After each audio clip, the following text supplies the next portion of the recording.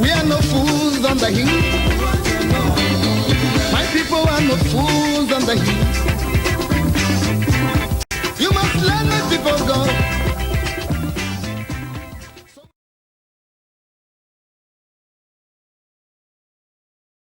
Can rule from Cape to Cairo.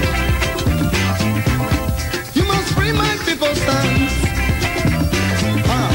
So we can rule our purpose land. Hello, ladies and gentlemen. Thank you for tuning in tonight. I am so glad coming back to you with what I have always called open mic. When you see me dressed casual, know that I am not doing television. I am doing what I call open mic. It's like a podcast where I come to you with any subject to talk about and any subject you can talk about. And of course, I will always open the phone lines for you to contribute, ask your questions and make suggestions in regard to the war in Amazonia. Thank you for tuning in. Please, as usual, go ahead and hit your share button. Let everybody know that the anchor man is here, alive, not just live, but alive. So please do me the favor, hit your share button. This promises to be very, very exciting. With La République du Cameroon planning, running helter-skelter everywhere in that country, talking about a presidential election. Can Francophones finally seize the opportunity to take back their country? That is a $1 million question that I bring to you, the listener, today. As for us, Amazonia, we have to tell La République du Cameroon once and for all, we are not Cameroonians, we are Amazonians. And I'm going to be addressing this come Thursday in a very special address to Amazonian people on Thursday. So that is the main subject I come with to you tonight. Please, again, do me the favor, hit your share button, Let those who did not know, I am coming live. Let them join the broadcast. So go ahead, ladies and gentlemen. Again, hit your share button. Let others join the broadcast. I'll be right back.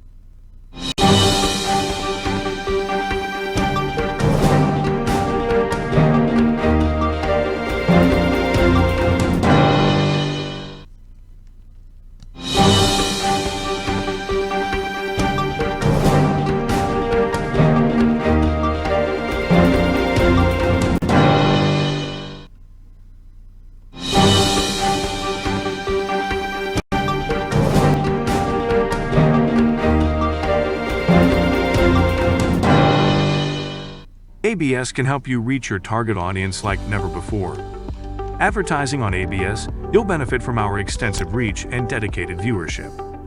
We offer special advertising packages during primetime slots and popular shows. You'll also be featured on our social media platforms, reaching an even wider audience. Don't miss out on this opportunity. Take your business to the next level. Contact our advertising team at absafricativ@gmail.com. ABS can help you reach your target audience like never before. Advertising on ABS, you'll benefit from our extensive reach and dedicated viewership. We offer special advertising packages during primetime slots and popular shows. You'll also be featured on our social media platforms, reaching an even wider audience. Don't miss out on this opportunity. Take your business to the next level. Contact our advertising team at absafricativ@gmail.com. ABS can All right, ladies and gentlemen, once more, thank you for tuning in and being part of the broadcast tonight. Again, this is called Open Mic. This is not news talk. This is not news talk. This is Open Mic. When you see me on news talk, I come in a suit and a tie. When you see me on open mic, I come like you out there, sitting in your kitchen or in your sitting room and, casually dressed, listening and watching. But tonight, I'm going to bring to you a number of subjects that are very important, very, very important. Again, we're going to be talking about elections coming up in La République du Cameroon. Can Francophones finally take back their country from those old people? Those old people. Can Francophones take back their country? We're going to be discussing that extensively. But before I get there, I'd like to take you to Bamenda. Bamenda, where something very troubling, and I'd like you to look at the images. Something very troubling took place in Bamenda. Listen to that.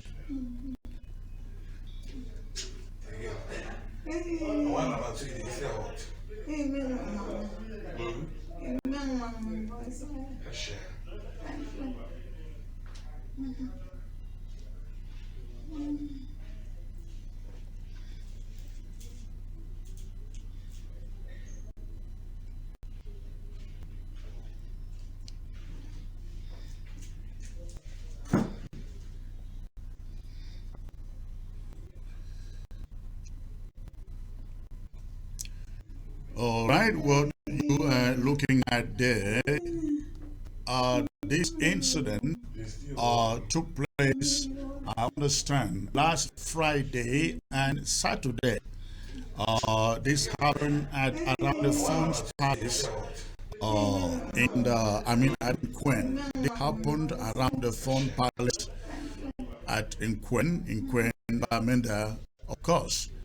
And the story behind it, let me see, I can bring that story to you. Again, the images you see on your screen took place at Nkwen, and I'm trying to lay hands on that story to see I can bring it to you. Just give me a few minutes here. Let me see, okay. And the story goes, some very disturbing developments that unfolded at Nkwen's Phones Palace. Reports coming into us from Nkwen are revealing a distressing situation at the Phone Palace. What appears to be a coordinated effort, ladies and gentlemen. The République du Cameroon authorities, in collaboration with gendarmes, last Friday conducted a series of arrests targeting innocent citizens, branding them as terrorists. Again, La République du Cameroon targeting citizens and branding them as terrorists. Again, this happened again at Nkwen. Around the Phones Palace at Nkwen. We do not yet know the rule of the Phone. The Phone of Nkwen in this incident, but we are told that it happened around his palace.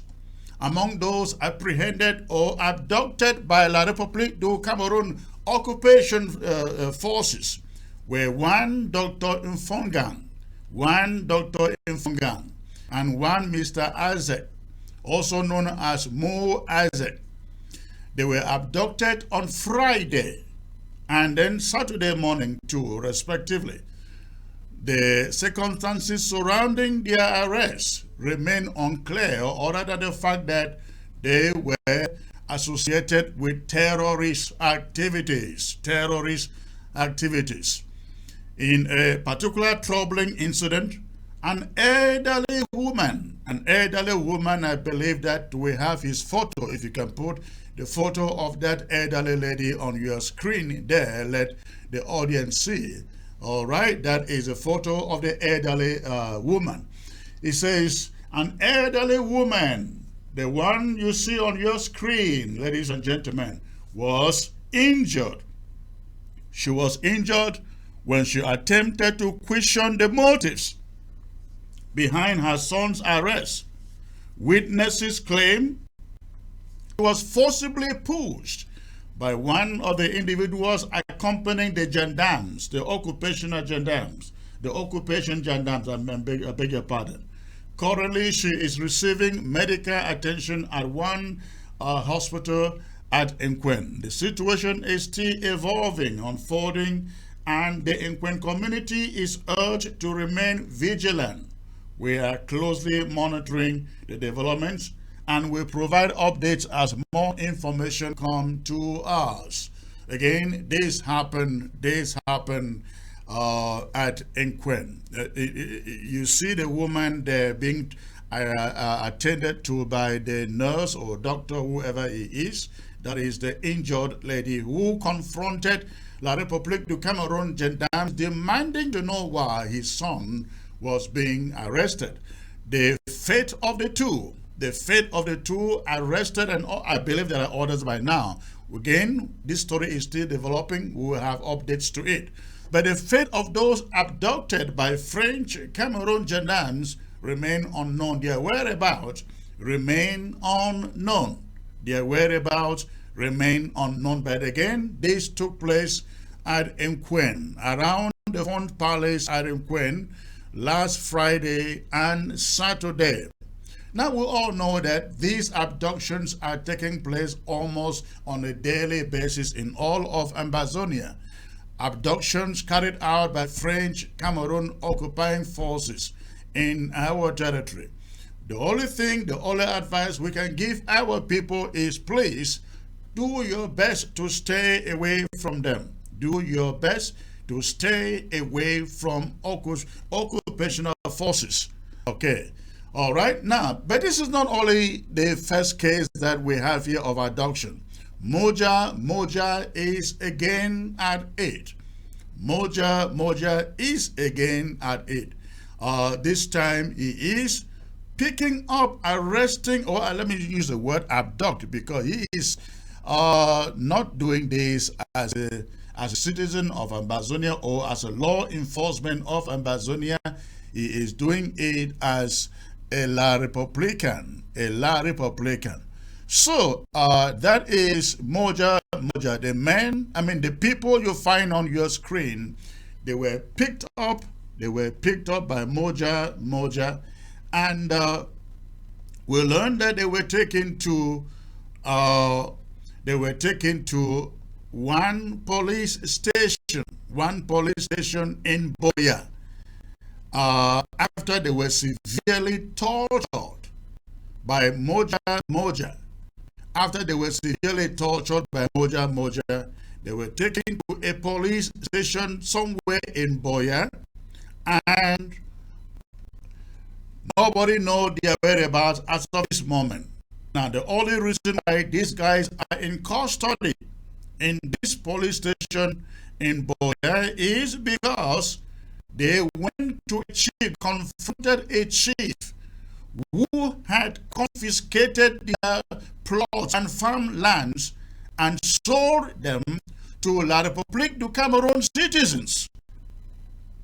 Yes, that is the only reason they were abducted by Moja and handed over to the police in Boya. They were picked up, I think, between Murengene and Tigo, tortured, and then handed over to the police in Boya, who now have them, I learned, at some regional hospital that is unknown to the police in Boya. They are there. I learned this afternoon. They are there receiving treatment. Whatever treatment they are, of course, receiving treatment from the torture they got from the hands of Moja.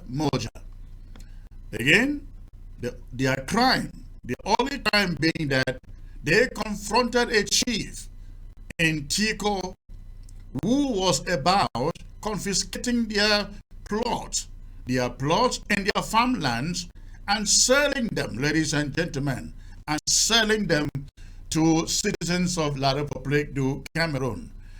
I am so glad that we have men who will confront these beggarly chiefs, who will we will end at nothing but continue to sell these lands to La République du Cameroon citizens at a time when we are saying you cannot do that.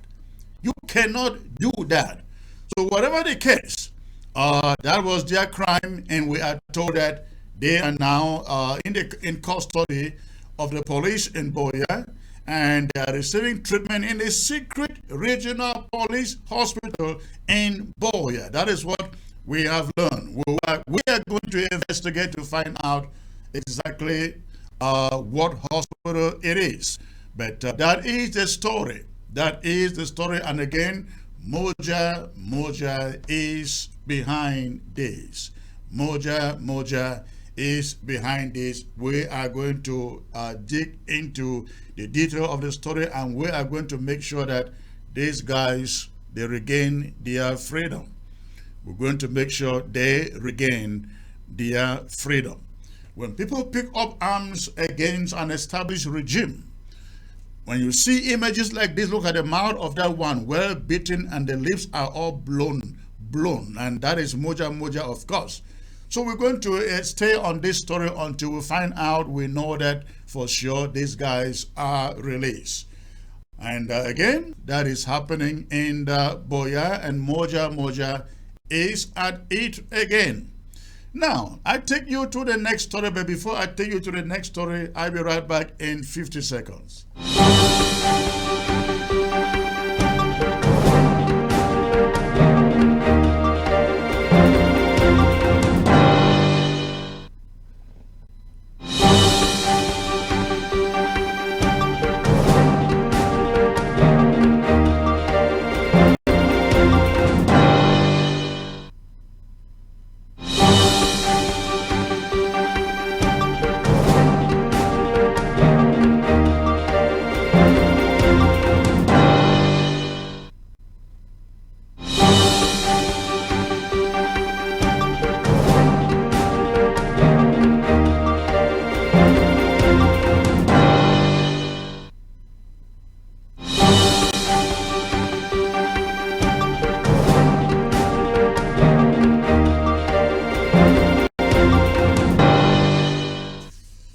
All right, thank you for staying put out there. I take you to Yaoundé, where we'll learn that they are very worried. Yaoundé is very, very worried.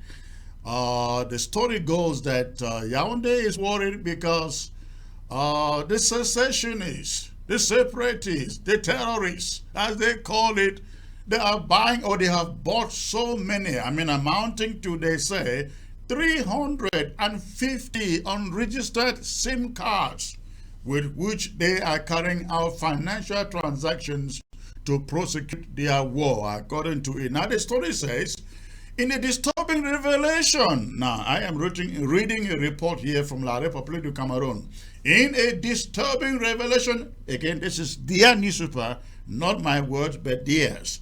In a disturbing revelation, the Minister of Territorial Administration, Paul Atanganji, revealed during a working session with mobile telephone operators, MTN, and Orange in Yaoundé, that secessionists from the northwest and the southwest hold no less than 450 unidentified SIM cards, according to Paul Atanganji. That secessionists and terrorists, they hold not less than 450 unidentified SIM cards. These SIM cards, they say, are used to pay terrorists. Now, they are referring to our fighters on ground zero as terrorists. That's what they want you to believe. So they are used to pay terrorists with a total amount so far of, they say, 320 million CFA. From Atanganji is lying. We have sent over 1 billion CFA on the ground, not just three. What is 320 million? We spend more than that, ladies and gentlemen, in this war. But Atanganji says, according to the records, a total of 320 million CFA has been paid through mobile money Mobile money services over the last, okay, you may be correct, over the last 12 months, that is over the last 1 year, 320 million. And the story continues according to Paul Atanganji. According to him, these unidentified SIM cards allow cessationists to connect to various digital platforms such as WhatsApp and Facebook, they say, where they can spy and communicate with their accomplices abroad. So in this case, the terrorists are supposed to be the fighters on the ground, the ARF on the ground, and their accomplices here are some of us, they want to say, in the diaspora. This threat highlights the urgency of taking measures to identify and neutralize, they say, these terrorist financing networks. Atanganji also revealed that one terrorist group in particular was holding up to 50 SIM cards without identification. Without identification. Now, let me tell a lot of people, to Cameroonians out there, let me tell them, and let me tell Paul Atanganji, we do not need your SIM card to carry out financial transaction with the restoration fighters on ground zero. We don't need them. There are so many different ways by which we can get money into their hands. We don't need your damn SIM cards. We have many other. In fact, we can literally carry cash and cross the border and hand it to them and walk back. We can do that. So you can go ahead and shut down the unidentified, unregistered SIM cards. Money, ladies and gentlemen, will still get into the hands of our fighters on ground zero. So Paul Atanganji, you can go on and cut all those so-called SIM cards. Money will still reach the fighters on the ground to prosecute this war. It will still get to them. No doubt about that. I mean, the war has been going on now for 7 years and counting. And you think that with the... Now, the good thing is, you don't even need a damn Cameroon number to communicate on WhatsApp. If you are in Cameroon, if you are in Ambazonia, you don't need a damn Cameroon number to communicate on WhatsApp. If you need a number, tell me, I will give you a number. That is good for WhatsApp. That is good for receiving phone calls. And La République du Cameroon will have no access, cannot monitor you. In fact, if I were advising anybody on ground zero, I would say, hey, get any European number, get any US number, and nobody will be able to track your phone calls because these numbers are in the cyberspace. They're in the cyberspace, and you cannot be monitored with any US number, with any foreign number in that matter. Paul Atanganji is so dull, he thinks that you need their number to be able to communicate. No, you don't. And as far as money is concerned and financing the war is concerned, you shut down those SIM cards, we will do everything to get money on ground zero to prosecute this war. No option to it. Just no option to it. And so, ladies and gentlemen, I thought to bring you these short updates.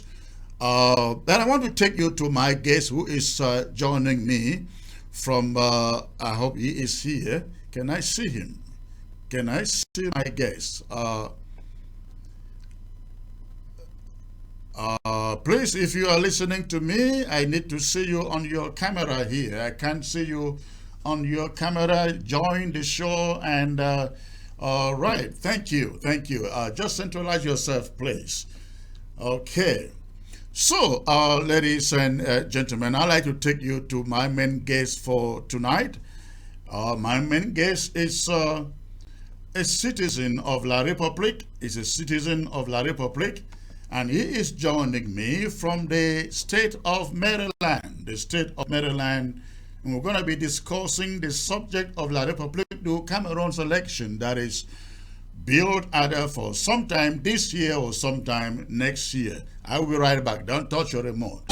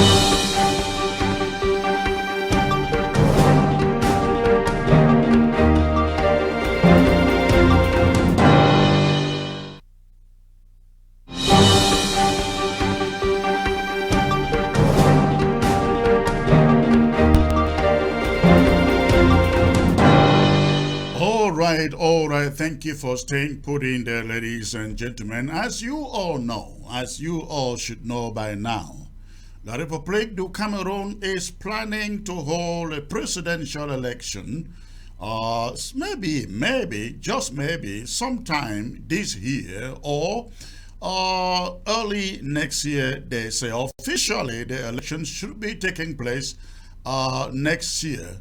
But Cameroon being what they've always been, the regime being what they've always been, it is being said that they may actually call for an early election sometime this year. And to that effect, we see campaigns all over the place, all over La République du Cameroon. We hear of election registration, and we see even bishops in Amazonian territory calling for people to go out and register. I am going to address this subject of election registration in Amazonia on Thursday. It is an encroachment, ladies and gentlemen, on our territorial integrity. I'm going to talk about this in my address on Thursday. But it is all over the place. We see the CPDM and their political parties running helter-skelter all over the country trying to register voters. In fact, I saw a news item yesterday of Cabri Lebi and Akere Mona Alon visiting with French President Emmanuel Macron, and it is over the subject of this election.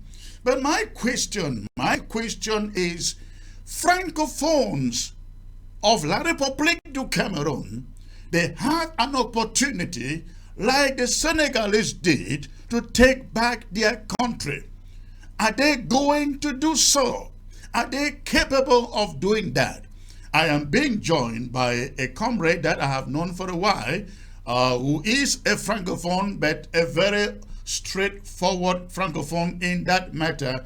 He is joining me from Washington, D.C. or Maryland. I am talking about Jocelyn Chakonte. He is an economist, a software engineer, an alumni of the Institute of World Politics. He is also currently the president of the African Diaspora International Trade Association, a non-profit organization that encourages private enterprise and free market principles in Africa and in the United States. He is here with me to discuss this subject of the elections in La République du Cameroon. Comrade Chakonte, it's a pleasure to have you, sir. Well, good to be here. Thank you, Chris. I'm happy to be here with you. Wonderful. The last time you were here, we had lots of issues with your network in Canada. I am glad we have a good connection today. Let us do some justice on the issues, the events taking place in your country, La République du Cameroon. I know you have lived in the U.S. for quite a while, and you lead this organization out here, the African Diaspora Organization. What is it all about, sir? Well, the African Diaspora International Trade Association, it's an organization that is basically promoting economic development in Africa and economic development by the people who are interested in developing Africa. So when we say that, we're not talking about the big enterprises, because we know big companies like the Exxon Mobil's and the Marriott Hotel, they are contributing a great deal to the development of Africa. But we also have small enterprises that are undertaken by the diaspora, by the small business people. So we want to focus on that and try to lead them to Africa for economic development. So that's the goal of our organization, the focus on the diaspora, on small enterprises. And also we're doing that with an ideology, with an idea in mind. Our idea is basically to promote private enterprise, and our model is small businesses taking the risk and going to Africa to promote to develop businesses and to bring about economic development. So So how do you that's encourage small businesses by doing what? Providing capital or what? And if that be the case, where is it, in the diaspora, in the U.S. or in Africa? yes. Our membership is in the United States and in Africa. So we trying to develop a membership in the United States and in Africa, and it's not only among the Africans themselves, but anybody here in the United States that is interested in developing businesses in Africa, they are with us now. What kind of support do we give them? So yeah, a lot of people think about economic and financial support. That is true. That is lacking. But another aspect to it is also the state of the mind of the entrepreneurs. So that's why we focus on the spirit of enterprise. But because the spirit of enterprise is really, Chris, is a unique spirit. You're gonna see even in the founders of the United States, and that's where we come from. Even in the founding fathers of the United States, a lot of them were entrepreneurs. Many of them were not bureaucrats. Many of them were not career politicians that you will see in the hallways of Congress all the time.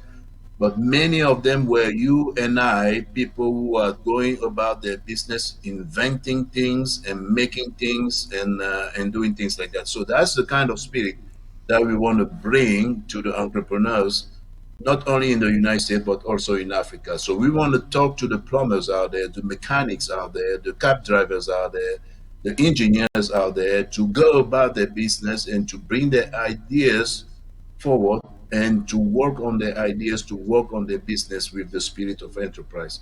Now, if you can succeed doing that, the spirit of enterprise, you're going to ask me the question, what is it? It's a unique spirit. I mean, the spirit of enterprise is really when you have people who are entrepreneurs, they're looking for their property. They're trying to protect their property. You see, that's what enterprise is all about. I own this pen. I make this pen. I want to protect it. I want to make sure that it stays mine. That's one aspect of the spirit of enterprise. So now, if we can develop that in people who can own something, who can develop something and be jealous of those things. So therefore, we have created really a political animal also. So that's where that's another benefit of it. So the benefit of enterprising is not only, yes, it is to build wealth, of course, but it also develops an attitude of freedom, an attitude of people who are owners of their things, private ownership. And if you can develop that in people, then you got yourself a very good citizenry. Wonderful. Let's get into this subject of the day, but before we get there, I'd like to draw your attention to something that a saying that is very popular within the ranks and files back there in the La République du Cameroon. We hear statements like, oh, Anglophones and Francophones, we are all brothers, we are all brothers. Uh, but war has been going on in Amazonia, waged by, I should say, your president for 7 years and counting. And we have not heard a single Francophone elite, neither the masses, take to the street to condemn the killings that the government in La République du Cameroon uh, is carrying out in Amazonia. Can you address that? This is hypothetical because I know you, I have known you for a while.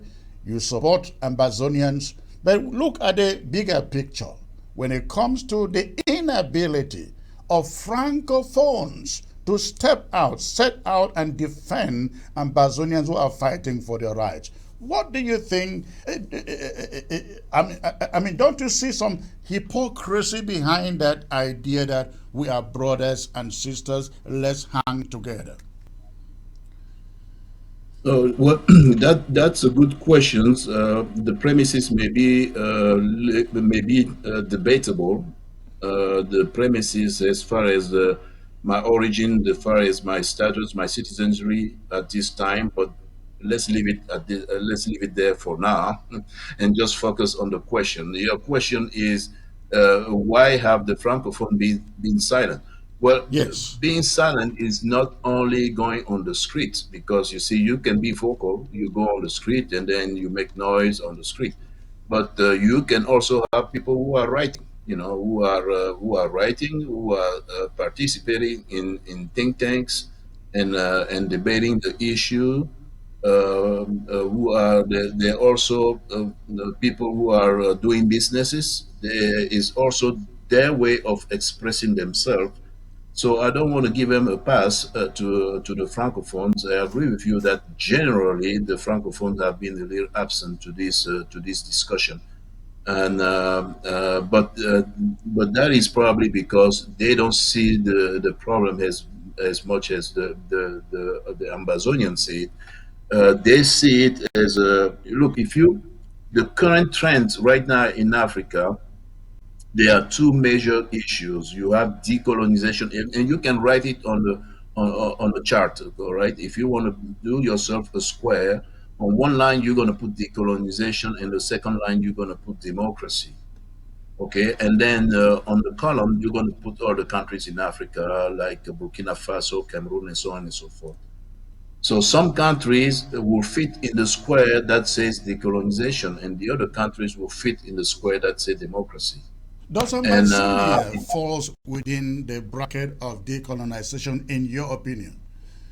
exactly, well, exactly. I think Amazonia will fall in the bracket of decolonization. They see the problem as a decolonization because they feel that they already have achieved some kind of democracy, because they have they understand the rule of law, they understand the freedom, the principles of freedom of speech, they understand separation of power, and those basic pillars of democracy. The Amazonians have it. Take, for example, the speech that It's not Honorable. just about achieving democracy, though. Yes, Amazonians achieved that early enough in the 1950s, but I think what they are talking about here is something more than democracy. It's about asserting their independence, asserting their territorial integrity, and having a government and identity of its own. That's where That's decolonization what comes in.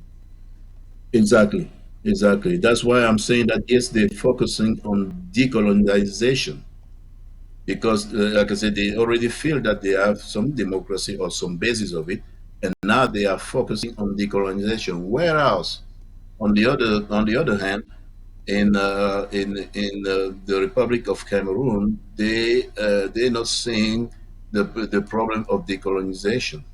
For them, Decolonization is past. Is past. It's just a matter of democracy now. And they are exhorting the people to come out to vote. They are exhorting the people to participate in the political process by voting. They're trying to put in place institution of democracy like an assembly, representative democracy like deputies and yeah. So they're more looking at at the problem of democracy. For them, is not a problem of decolonization. Whereas in the world, internationally, or in the institution, at least here in the United States, a lot of people are talking about the problem of Africa as unfinished decolonization. So they see it as a problem of decolonization. And so yeah, that's what a lot of people are seeing the problems of Africa right now. At least in many institutions here in the United States, they're seeing a problem of unfinished decolonization. Now, going back to the question about francophones, saying, always in the habit of saying we are brothers, but when anglophones, in quote, have been killed and butchered in their thousands by francophone citizens fighting under the guise of defending their country, Cameroon, francophones have not shown up to defend anglophones. What is your take on that? My take on that is unfinished democratization of the Republic of Cameroon, meaning they are in the process of understanding what democracy is, but they are not living it. Okay, because you can understand democracy in theory and in book, but if you are not living it, then you may not be democracy. And I gave you the example before, and that's what we're trying to instill in the minds of the entrepreneurs. We are teaching them to feel ownership. If I have this pen and I know that this pen is mine, I want to protect it, right? So I want Yeah. to keep it mine and do everything to protect the pen. That's what it is. So it's one thing to understand that the pen is yours, but you also need to do the things that you need to do to protect it. So and I will classify the francophone as still being on that path of not living the democracy, in the sense that yes, we know that democracy, you have a freedom of speech, you can do this and so on and so forth, but you actually need to put it in practice and to defend the principle of democracy. So are you trying to say that the reason why francophones have not turned out in 7 years and counting to support anglophones, as they will love to call it, is the absence of this democracy? Yes, Is it not a is the matter of absence of. instinct to know that if your brother or your sister is under pain, you should naturally step out to offer a hand of support? That's correct. I mean, as member of a parliament, I mean, you have a congressman who were able to do that in Cameroon. They spoke, they stood up and spoke, because they live their democracy. And some other people who cannot stand up and speak because they don't live their democracy. And there's still a lot of teaching that needs to be made to those people, and so that they can understand, how to live your own democracy. And no, it's and like I said, it's very unfortunate that they have not come to that point at this time. Is fortunate, but maybe they're getting there. Who knows? But a lot of teachings needs to be done, and on that, maybe you need to also question the teachers, and I've written quite a bit about it. Question the teachers. That is France and the other and the other countries that are looking after Cameroon. Are they doing enough effort to teach the principles of democracy in the Republic of Cameroon. That also needs to be questioned. All right, let's get into the subject of the conversation today about the French Cameroon elections. We know that Bia's term is supposed to expire sometime next year, and elections supposed to be coming up. I think around it's supposed to be around October or November next year, 2025. But you never can predict what the regime in Cameroon does. There are those who are saying those elections are actually coming up sometime this year, and you can see the campaign, the CPDM, they're all over the place doing election registration and so on and so forth. Some say Bia is running, some say Frank Bia is the one. They really don't know who the candidate is, but we see a lot of activity going on. You texted me and you said, let me see, I can find that. You texted me and you wrote, if 80% of Francophones go to the polls, why 5% of Anglophones abstain?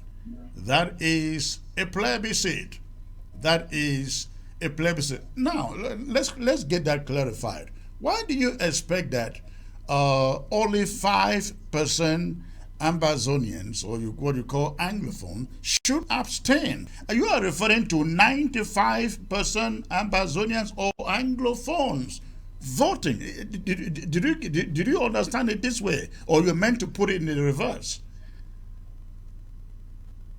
Well, I'm doing my analysis based on the fact that I have, But and do you expect 95% Ambazonians to go out there participating in La République du Cameroon's election? Because well, that's by implication, that's what you said. If no, five no, percent, if 5% Anglophones should abstain, if only 5% abstain, it means 95% they are voting. Is that what you meant to say? no, no, absolutely not. That's Okay, not then what clarify us. that's not that's not what I meant to say. What I'm clarifying is that based on the facts that I have today as an analyst, what are the facts? The facts are A, in the Republic of Cameroon, there is a big campaign. Everybody is coming out and exhorting everyone to go out and register for the vote. So, based on that fact, I can expect a big turnout. Okay, that is simple statistic. That is simple, enthusiasm to vote. So there's a lot of money that is being spent right now, and a lot of speakers are coming out and say, "Go register and go register." So therefore, you will have a big turnout on the francophone. So that's one hand. The other fact that I have Another fact that I have is that as an analyst, in the past many years, in the past 3, 4 years, I've heard and I have seen instruction coming from the Ambazonia leadership asking the Anglophone, if you can ask, allow me to use that word, asking the Anglophone to abstain from any activities that pertains to the French Cameroon. That is a fact, and we've all heard that. Correct, correct. I So am one that's of the advocates. okay. So We're not if just that asking them. We're not just asking them indeed to abstain. We are telling well, them participating in any Cameroon organized election is a concession to say they are Cameroonians. We okay, are not exactly. Cameroonians. So that's right. So if that is still the word on the street in Ambazonia, so therefore it is very probable that the turnout, because there will still be a few people voting from the Ambazonia side, that is fine. But what I'm saying is that statistically, then, if that order is obeyed, as we can see in the past 3, 4 years, those orders were obeyed.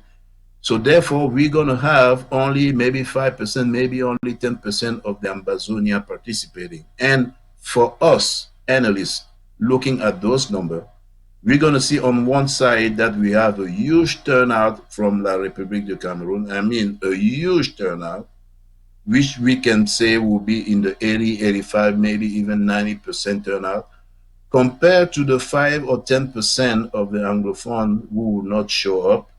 So therefore, we are forced, we, the analysts. I didn't hear you, please. Your microphone is off. I'm sorry. I guess you are referring to the 95 or so Anglophones that will not show up, not five. That's right. All right. Exactly right. So I'm referring then, and I'm just as an analyst. I'm just saying that those are the numbers that we will have if everything stays the way it is right now. And again, it's based on the fact that the huge campaign now from the francophone, we is expecting to have a huge turnout. And if we stay in the history of the anglophone or Ambazonia, we will have a very small turnout. And when we will put the two numbers together, we will see that indeed for such a crucial, a very important election, we have a difference of opinion in the two sides of the country, and that will lead some people to think about those results. The question is, though, are Francophones, as a question, you find it on your screen, are they ready to take back their country? That is the question, considering what took place in Senegal. You saw how the Senegalese rallied the masses and they were bent on making sure not just the elect, making sure that not just not that the elections take place, but that their candidate, the people's candidate, won the election. In Cameroon, Biya has been there, as you know, 41 going to 42 years. The plan is either he stays or they hand it over to his son. Are people like you telling Francophones Biya can no longer be our president, neither can it be handed over to his family? Yeah, but when you use the word taking back the country, you are implying decolonization. Because when you say No, I don't think the that's term decolonization applies to La République du Cameroun. I think that applies to the problem that we have in Ambazonia. no, no, no. Listen to me. And again, if you use the term decolonization, you are going to the direction of taking back the country. When you say taking back the country, I mean the reverse. When you say taking back the country, you're saying taking back from whom? And no politicians in Francophone Cameroon is talking about taking back the country. They're I not mean, talking about taking taking back. back the country in the sense that the government is back into the hands of the people, not in the hands of a clan, not in the hands of some few elite, not in the hands of some dictators. I'm talking about the masses now, like what happened in Senegal. Exactly, exactly.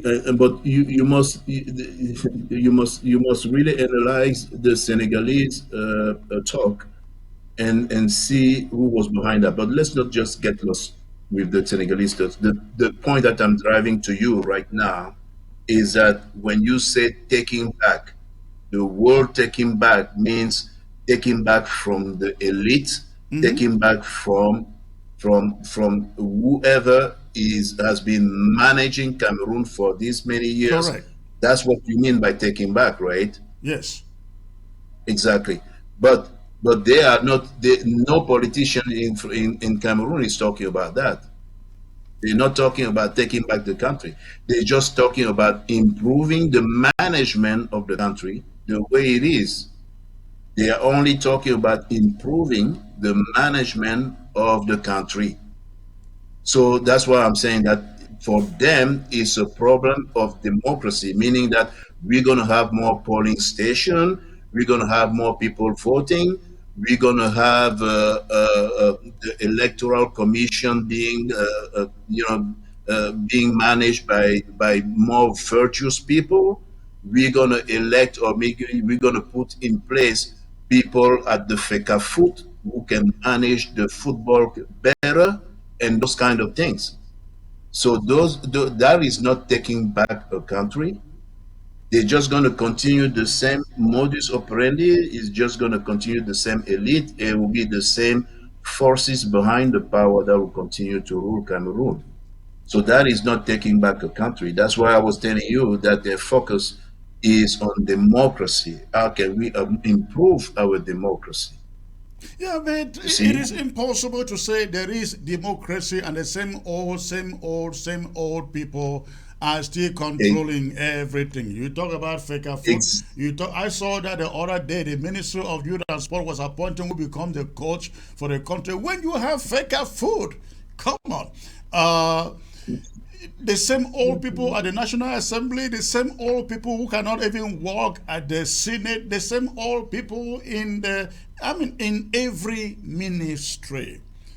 We, exactly. I mean, democracy doesn't entail what we are describing here. It entails the people taking over, and it starts from the leadership down to the smallest level in the administration. So when we say the people taking over their country, it starts with picking the right leader. The right leader then goes in and carry out the right reforms that bring back power to the people. That's what we're talking about. Are Francophones ready to do this, or they are not seeing how rotten the country is? Well, exactly, and I mean the approach is that they're not talking about change of direction. They're not talking about the way I read it. It's not a change of direction. It's just a change of personnel. Okay, so you have somebody who manages better, who is more virtuous. He's not going to embezzle money. I'm going to put it at the head of Sonara, and maybe somebody who knows soccer a little bit more than the other guys. I'll put it at the head of Kafut, and then and someone who knows banking a little bit more than the others, then he will be head of the central bank, and so that will be a change of personnel. That will not be a change of direction. So, and what and I'm not saying that it is right or wrong. I'm just telling you, as an analyst, what it looks like to me. They're Yeah, trying to do a change of personnel. So we're right. gonna have, somebody who is in opposition now who can take power, and then who is just going to do better than the other one. But at the end of the day, the structure of the economy will be the same, and then the constitution will remain the same, and the spirit of the people will be the same. So if those things don't change, the constitution don't change, we don't have a change of spirit. Therefore, then we will have no change. It will only be a change of personnel, and therefore it will not lead to a lot of success. So that's what I see the republic going to. I don't know. How would you explain the fact that Kamto came very close to taking over leadership 7 years ago or 6 years ago, but just like a coward surrendered when the population was totally behind him? How do you explain that? Well, it's take winning the election and taking power are two different things. Okay, as they usually say, uh, he may have won the election, but then he did not succeed in taking power. And the president of Cameroon is actually very right. A lot of people did not understand what he says, but he's a person that can be studied because he's a genius. Why? Because he said doesn't take power who wants, but who can. So there's a connotation of power in power. You have to be able to take power. So that is very profound. So Kamto may have won the election, but he could not take power because the powers were not behind him. And when I say the powers, and again, and I'm trying to lead you to that, they are power. They are really big. The 64,000 pound elephant in the room where you talk politics in Cameroon, and those are and is not Cabral Libi is not is not a representative here and there, and that's why the problem is still decolonization, because there's a 64,000 pounds gorilla in who is dictating the things as they happen in Cameroon, and that is a problem. Now, you also said to me in the text, the conversation we had, you said exhorting the Francophones to go to the polls actually makes the case for an independent Ambazonia, provided that the Ambazonians stay home. What did you mean by that? Well, I mean by that the analysis that I made earlier, meaning that this current enthusiasm to go to the polls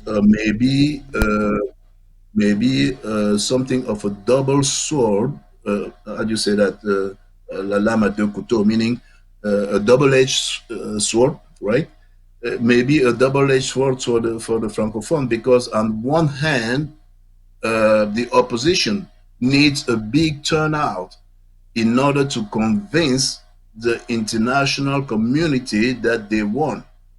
Because it reminds me of the just hold on for 1 second, and I'm just going to explain what I mean by that. Because if you remember the election of Mandela when he came out of jail, there were lines and lines and lines of people waiting to go to the polls, and those lines of people, they were suspected to be voting for Mandela.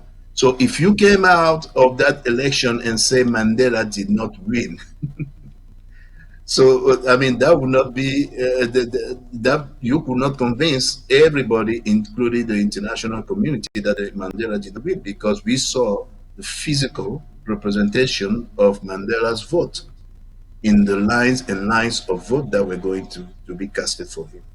So therefore, I'm using that metaphor to say that if we have the big turnout in Cameroon, that's what the opposition wants.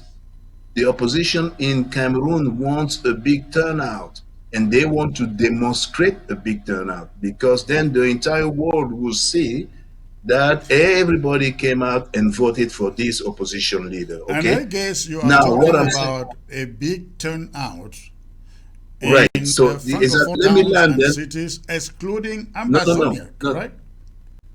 Well, exactly. I'm saying that in the Cameroon, you may have a big turnout, and this is what I'm saying, that it may be a double-edged sword, because on the one hand, it will be good for the opposition that they have a big turnout, but it's a double-edged sword, because on the other hand, show it will also show that the opinion of the francophones is totally different from the opinion of the anglophone, because you will have 85%, 90, 95% of francophone turning out. On the other hand, you will have only 5 or 2% of anglophone turning out. So therefore, the conclusion will be, the people will say, gee, there's a difference between anglophone and francophone in that country. And people saying that and raising that question is a big deal.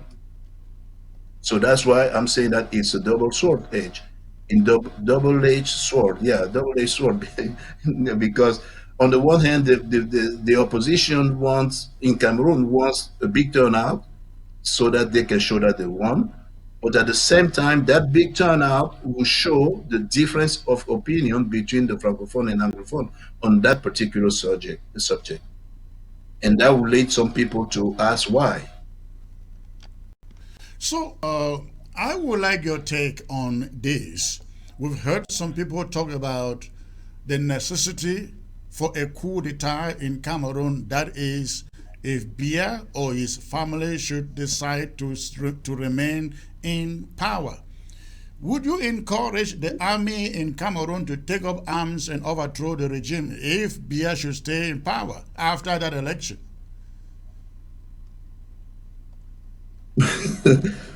Well, I will tell the story of well, I mean, taking up arms in Cameroon. I do not know the tactics of it, and I do not know how people go about to do that. Would I encourage that? Of course not, because it is not it's not written in the Constitution. Okay, and I don't think. Well, in this situation, you don't need it written in the Constitution. You do it for the good of the people, like the case in Mali, Guinea, Burkina Faso, and the rest, right? Well, yeah, exactly. You're doing that, but in you have to wonder first if you end up with the same leadership that we have in the Sahel, because in the Sahel, it's not just a coup d'état that was made. People don't understand. There's a difference between coup d'état and coup d'état. Is there was yes, the military took power, but then they changed the direction of the country. And I spent the last 30 minutes trying to explain to you that there's a difference between the francophone politics and the change of direction. They just want to make a change of personnel, and I'm not quite sure about the change of direction. Whereas in the Sahel, it was a real coup d'état because there's a change of direction there. So we're just going to have to wait and see But what don't kind you of. have faith that should the military take over in Cameroon, they can copy from the example of the leaders in the Sahel who took over from the dictators who have been there for so long? Why are you not optimistic that that can happen in Cameroon in the case where Biya stays or he hands it over to his son? Well, if Biya tried to stay, I mean, he has the right to want to stay because to me, age has never been a deterrent for anybody to run for president. Okay, if you can, and he's a very healthy person, and I knew him when I was in Cameroon, and I know he has a very good discipline, and don't mind what everybody says about him being old and not being able to think. That is not that may not be But true. it's not just about old age here. Yes, exactly. It So is it's for so it's how not about long. all. Yeah, how long he's been Yeah, there? 41 no, years. it's not. 41 years, removing the years he was prime minister, and Yes, thinking but of handing no, over to his son the, is another thing. no. I think you have to make the correct charge here. When it's not age that is that most people are barking about, uh, but yeah, it's the fact that he may have changed. He changed the constitution to benefit himself. That's where the sin comes in. So it's not because he is old. Is because you break the law to benefit yourself. By changing the Correct. constitution, you are breaking the law to benefit yourself. So that's where the sin is, not because of age. Age is okay. Now, and try or maybe try to hand it over to his son. That's the business of the CPDM or something, and they are perfectly in the right to do that. They are perfectly in the right to do that. Now, if that happens, your question was, if that happens, can the military take over? That Yeah. remains to be seen. And like I say, if the military take over, that may or may not be a change of direction that people want in Cameroon. It will still simply We be know a change. It we may know be it's a a 50-50 situation. Nobody can vouch for the military taking over and making things better. But at least for the few cases we have seen recently in Guinea, in Mali, Burkina Faso, and so on, the people welcome it, and so far they have no regrets. Don't you think the opposition in Cameroon can work with the military to do the same thing? No, no, I don't think the opposition will engage into that. Having heard what most of the opposition leaders have said, like the major opposition leader is talking about going to the poll. So that's his path to to change in Cameroon. We're going to do it through the polls, and we're going to do it without bloodshed. You know, That's we've said this all that's the who is. time. We heard this from John Frundi, who said he will take over this country and change this country without bloodshed. It never happened. He died without smelling a today. How do you, I mean, we saw what Kamto had 5 years ago. Kamto thought it was going to be handed to him, and instead, water cannons were handed to him, and he was actually picked up and dropped behind bars in Kondenge. There is no way, if you are still thinking, you still having the 1990s mentality, nobody will ever take over power in that country for as long as Biya is there and his family is there. There has to be a change of mentality. Yeah, exactly. So it has to be a change of mentality. It has to be a change of mentality where the president of the constitutional committee can read the law, where the votes can be counted properly, and those all kind of things. But it really takes the people at the individual level to behave in that fashion. I'm not saying that it is likely to happen, but that's the path that the main opposition leader has chosen. But I continue to focus on the 64,000 pounds gorillas that are in the room. In, that must exert their power and their authority to make that country change.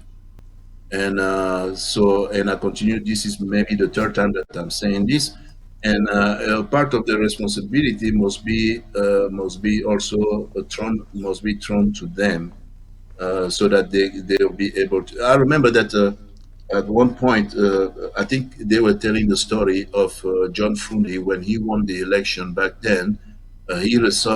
Somebody, I think it was a minister, received a phone call. I think it was Minister of Justice at that time. He received a phone call from abroad that basically asked him to try to do everything to overturn that election. So we just want those. We don't want those phone calls to be happening again. So that's one thing, for example, that I can tell you about. How can we make those phone calls to stop having influence on the electoral process of Cameroon? So that's something that can be won through diplomacy and through international relation, through education and through the academic work that people are doing, and those are the things that I can see, through diplomacy, academic work, to try to really put to shame the 64,000 pound gorillas who are influencing the democratic process in Cameroon. All right. If I may ask you, do you see in the opposition in Cameroon any leader amongst them uh, who is ready to sit down with Ambazonians to say, all right, there is a new leadership here in the country. I want us to sit down and talk and negotiate. Do you see any of them? Because I'm saying this because they always want us to believe, just support us. In fact, some of them are running around and telling Ambazonians that please let us participate in this election.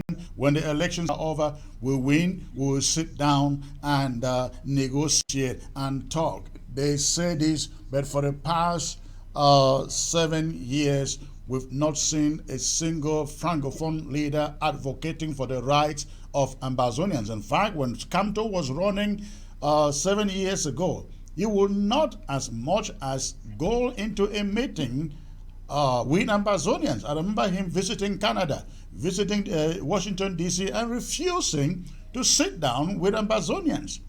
But at this moment, some of them are running around trying to talk to Amazonian leaders to say, let's just talk about these elections. When the elections are over, we win the elections, we will sit down and negotiate. Do you see any of them who is genuinely ready to do that? Well, it takes courage to have leaders like that, and who can basically go beyond their boundaries to open up. Maybe that will come at one point, but we have to start even in the citizenry. To have francophones who are speaking with anglophones. I mean, we have the conversation like right now between Chris and myself. We've known each other for some time. We participated in high level meetings, you and I. But that conversation needs to be replicated. We need to see a little more of that. And in the arena of public diplomacy, also that needs to be done. And I'm not just talking about when people talk about this, and then you're going to see, which is something that I've criticized a lot. Francophone, they like to go, oh, I went to your mother die, I came to your cry die, and then we cry, we share a drink, so I love you. So that is not true. You see, or maybe your daughter is getting married, and then I show up to her wedding, and I bring flowers, so therefore we're friends. That's too superficial. We need to have really profound, genuine relationship between people, and they who conduct the public diplomacy that is needed at this time, so that peace can reign, so that we can start elevating the problem, and talk rather than fighting, and really it starts with that. And so to answer your question, do we see any of the leaders? It doesn't have to be the leaders. It doesn't have to be the political leaders. We want to see that even at the public diplomacy level. I'm not hearing you, Chris. Go ahead. I'm not hearing you. I mean, it has to be the leader, right? Because somebody has to initiate that and has to be a leader. No, no, no. It doesn't have to be the leader. The leader will catch up on when what the public diplomacy has done. The leaders will piggyback on that, because the leaders, unless you are a true leader, okay. So yes, I I agree with am you. talking about a situation where you have a new leadership in Cameroon. Let's assume that person is Cabri, that person is Kamto, that person is Buba Bello, another old man. That person is, any new leader, francophone leader.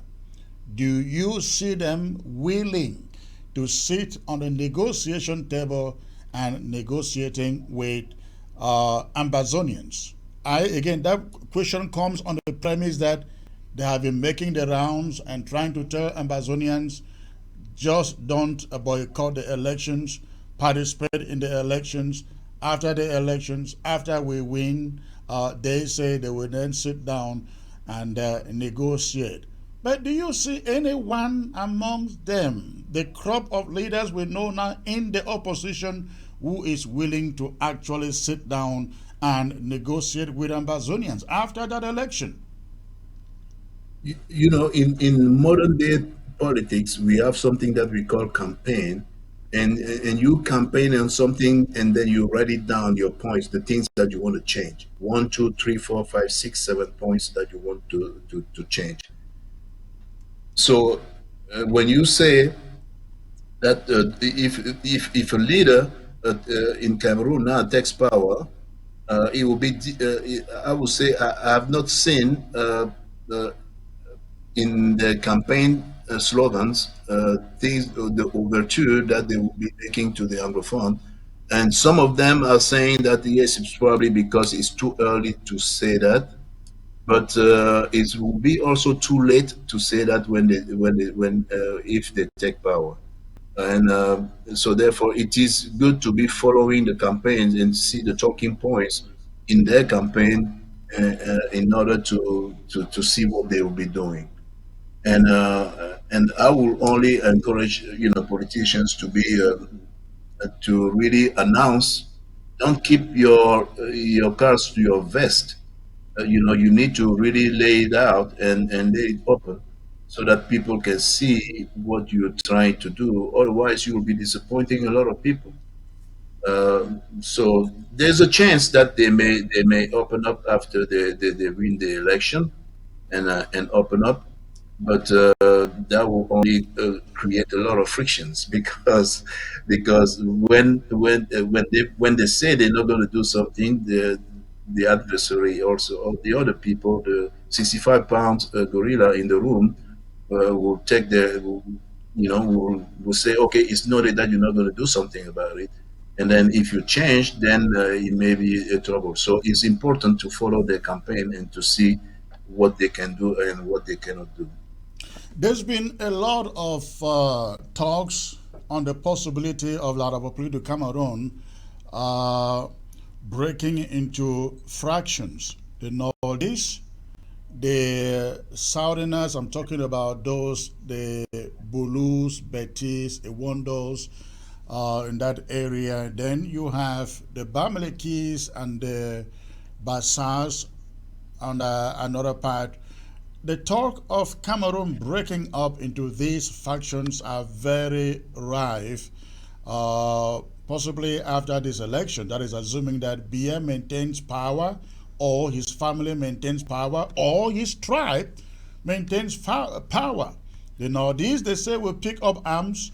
The Bamile Keys Bassas will resist any leadership that remains with the Ewandos Betis and so on. And the Betis Ewandos want to maintain power. So, I don't know, what is your take on this kind of discussion? Do you see that? I mean, from your inroads, talking to people over there, do you see the possibility of this happening?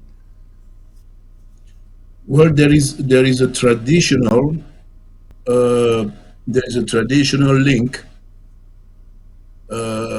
in Cameroon between the Northeast and the Bulu, like you said, simply by the fact of the colonial power who gave power first to the Northeast. They didn't even fight for it; they got it, and then who gave power next to the Bulus, because yeah, that's Abia also gained power because it was handed to him. So there is that line they call the North-South line that exists.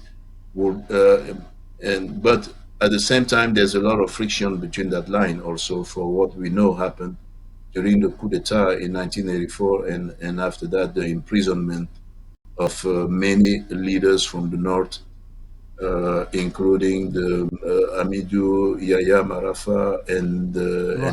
and other people who are in prison. So there's some kind of unhappiness in on that side also. So it depends on the peace that the Cameroon wants to achieve.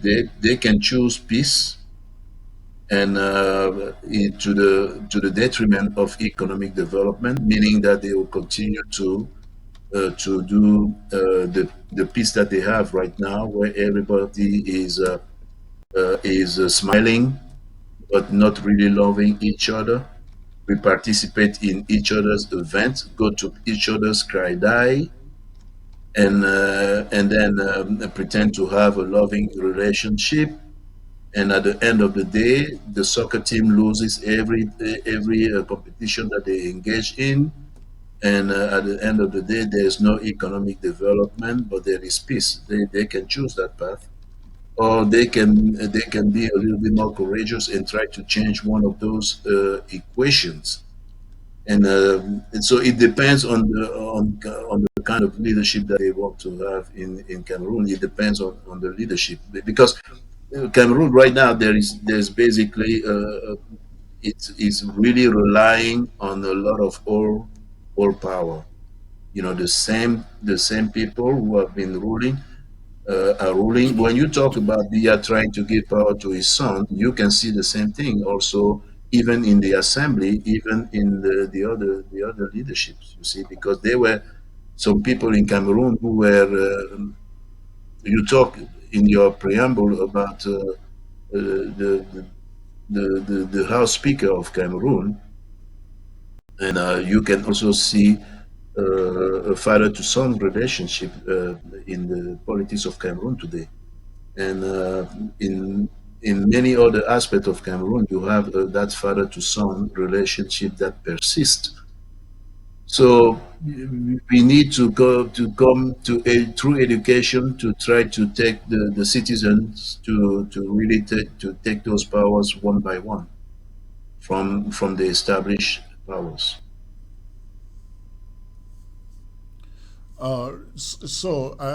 Evidently, you think that yes, there are issues that may emerge after the election, but the chances of it leading into a kind of civil war over there are slim. Well, yeah, I think yeah, the chances are slim because the things can be they kind of like the status quo, and again, it must be in your vein in order to if you understand the democracy, and it's not in their vein yet.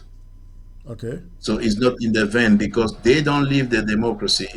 In order for you to do uh, to do certain things, you must love democracy. And at this time, the uh, democracy has not done a lot of inroads into French Cameroon, and and maybe we're gonna have to wait another wave of democracy to come because we had the wave of, let's say, decolonization slash democracy waving through the Sahel. That's one wave. And I've written before that what the French did when that wave started was to go to Cameroon and to establish a, a, a rampart, meaning to establish a wall to keep it from invading the Central Africa. And they were very successful in doing that. So the question is that walls going to hold or is going to crumble? That's probably a question that we're looking to see. And let me repeat the analogy again. I see uh, the main problem I see Cameroon has a wall. There's a wall to stop the spread of democracy, to stop the spread of decolonization that came from the West. So Cameroon has to stop it.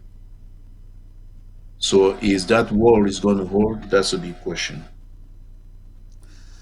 Oh, right. Let me ask you this question. This war has been going on now for 7 years and counting. I mean, the Amazonian War. I would like to know your appraiser. Nobody believed that Amazonians were going to resist La République du Cameroon for 7 years. In fact, you will recall that they referred to Amazonians as 2 cubes of sugar that were going to be dissolved in 2 weeks.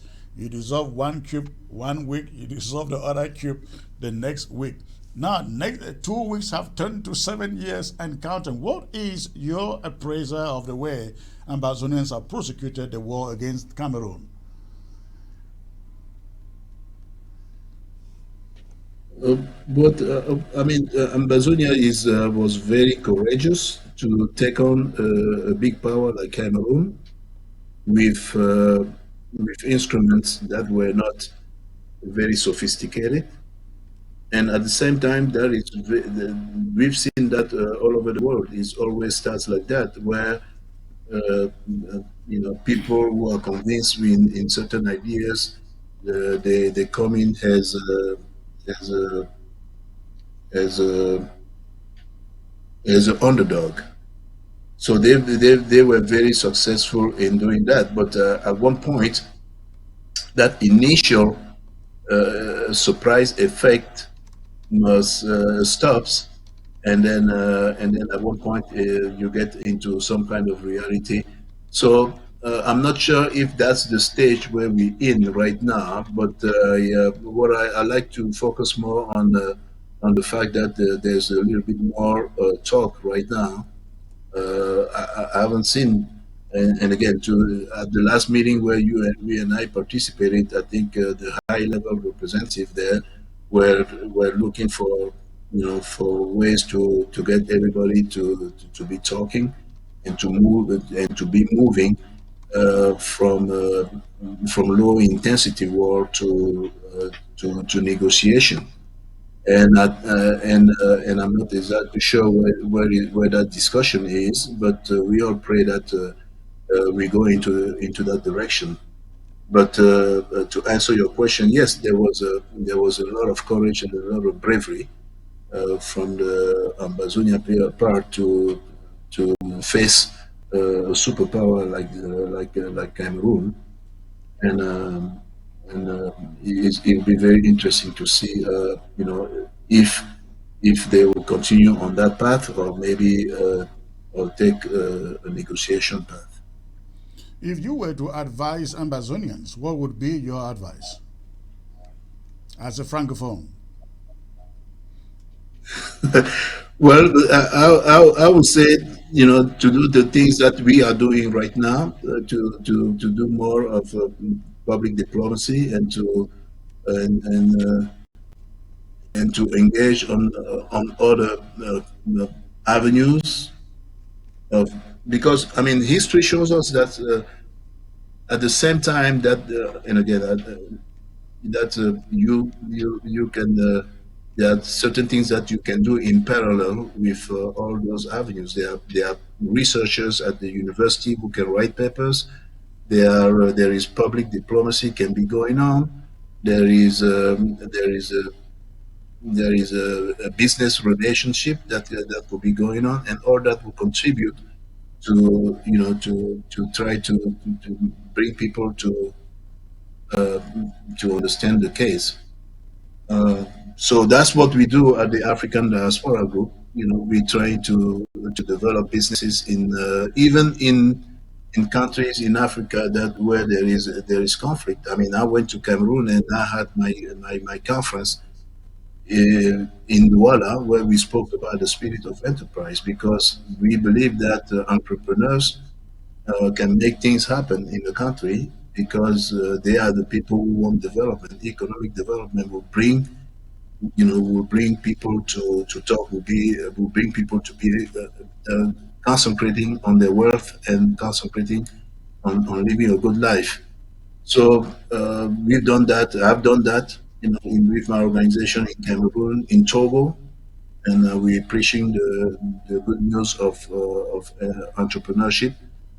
So I will be advising Amazonia to do is I mean they've shown that they're resilient, and I salute that. But I will be focusing more on the 64,000 pound gorilla in the room. And this is the 10th time that I'm pronouncing that word. And I think both Cameroon and Amazonia should be looking at that 64,000 pound gorilla, because actually they've been really they're not teaching democracy in Africa. They're not they really uh, not helping a lot of Africans to understand the good things that democracy is. And yeah, I think we should be focusing on those people, and ask them to assert their powers, and to be and to tell us, and to show us the real democracy. All right. Please, if you can stay put in there, we're going to take a brief break out. And when we come back, the phone lines will be open. And we'd like to hear from you out there in the diaspora on ground zero. You want to call in and ask a question to my guest here, you are very much welcome. But please, that will be in the next 30 seconds. Stay put.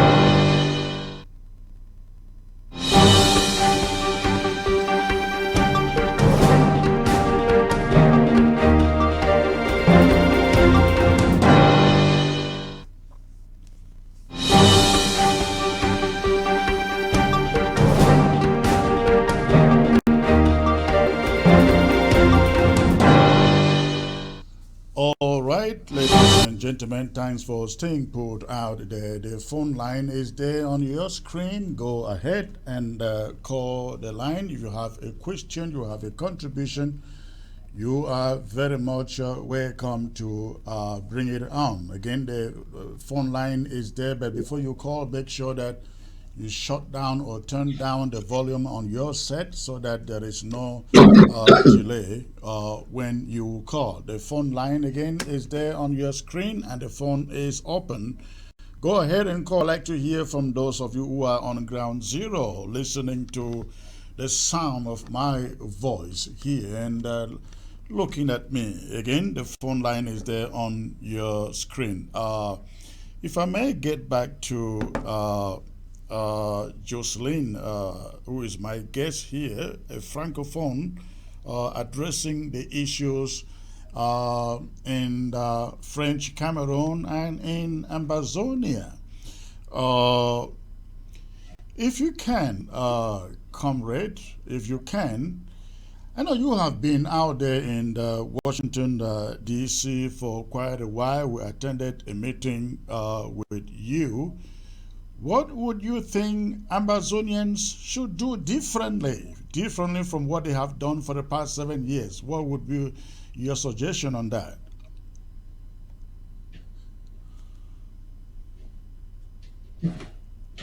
Um, I would say reaching out to more people, public diplomacy, international relation.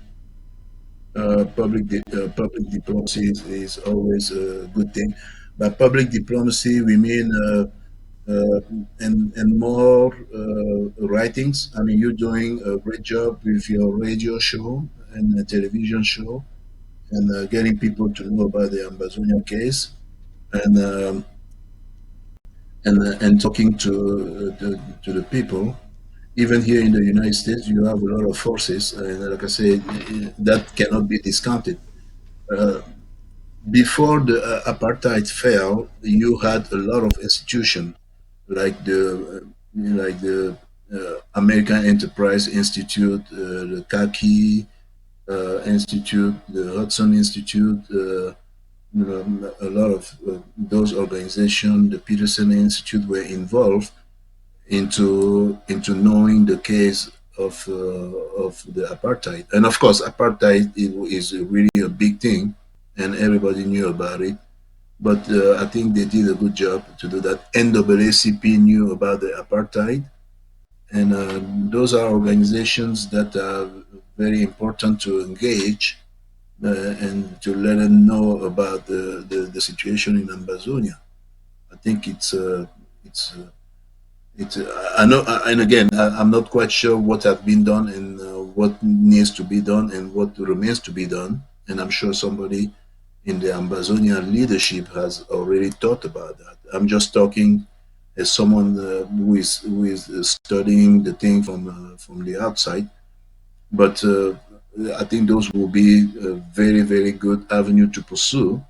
To be talking to the institution of thought, and that's one thing, and also engaging the businesses. I mean, we have, I mean, Microsoft alone can do a lot of miracles.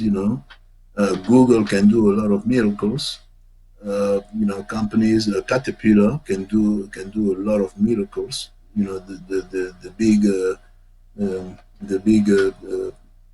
big the big companies, Fortune, they call it the Fortune 500 or Fortune 100 companies.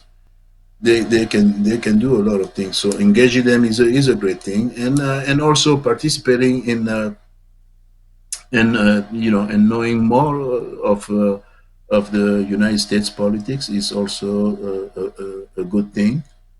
And I think not only Ambazonians, even the Francophones are not doing that right. For example, I mean, all of us Africans, we in the United States, they they they tend to be seeing American politics in only one way, when there are two ways in American politics.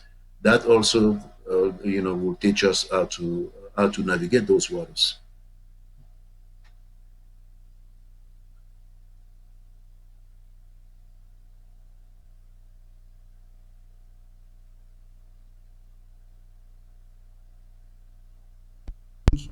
Oh, I'm sorry about that.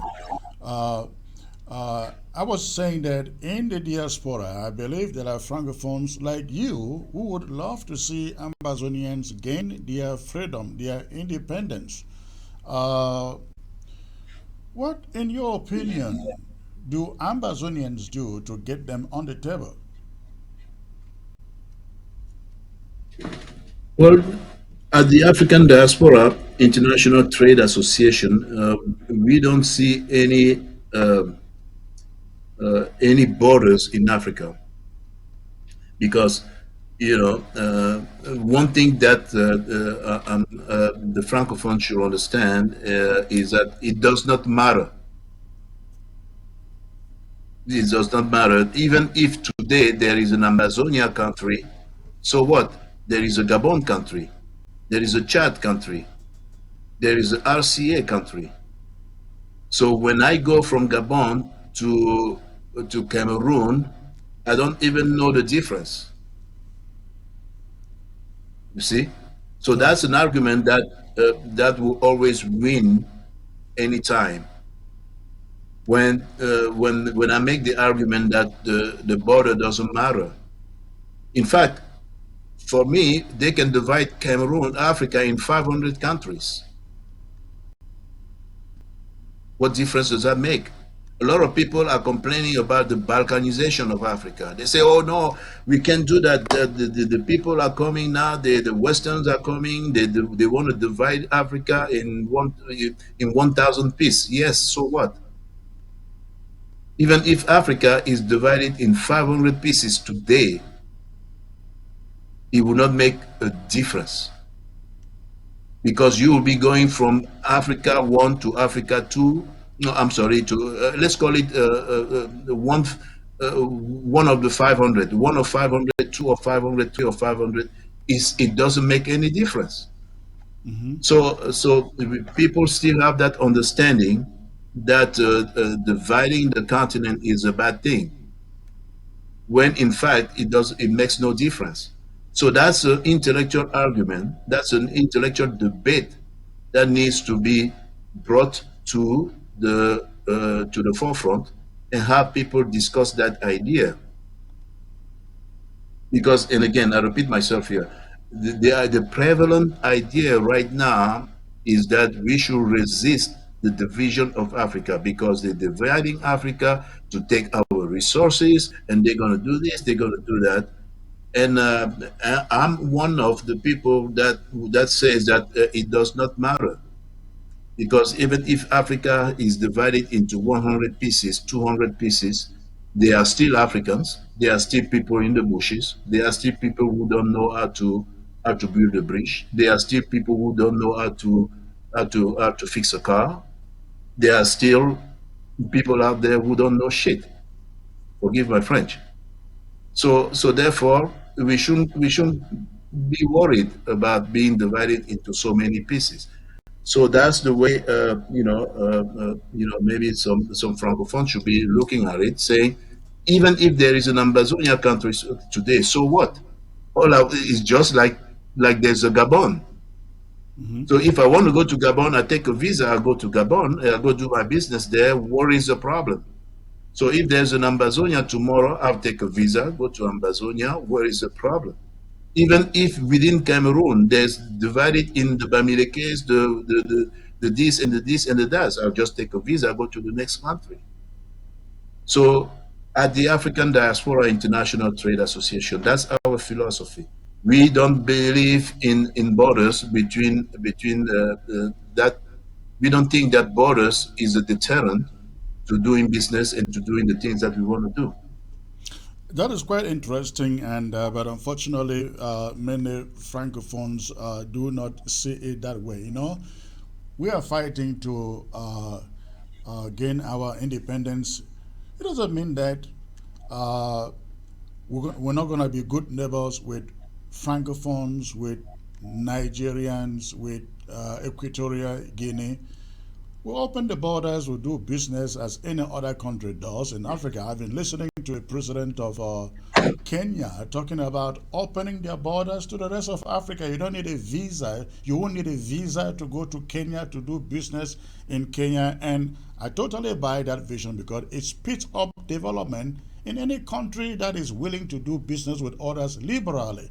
And so the idea that Ambazonia is going doesn't mean Ambazonia won't do business with Francophones, won't welcome Francophones. Of course, as you mentioned, with their visas, they are open to do business in Ambazonia just like any other country in Africa would be welcome to do business in Ambazonia. Unfortunately, many Francophones just don't see it the way you do, and I really appreciate that. I wish that in your position, you are able to talk to some of them and say, hey, listen, Ambazonia becoming an independent country is not a problem. It's not a problem. Maybe even gets Cameroon in a better position to now develop itself because all along, the people who rule the country stole the money, embezzled the funds, and the country is where it is because of a few individuals. Am I wrong? Yeah, well, yeah, because of the few individual, but more because of a bad system. The system of Cameroon, where you don't have any private ownership of things, where freedom of enterprise is not at the upper level, where people resist seeing private enterprise prosper. And so, if we have that mentality, it will be difficult to develop anything in that country. And again, it's always in the mind. It's in the spirit. We need to see more private ownership of things, more the principles of free markets being upheld in that country, and that's where it starts. The mentality, as we usually call it, has to be right.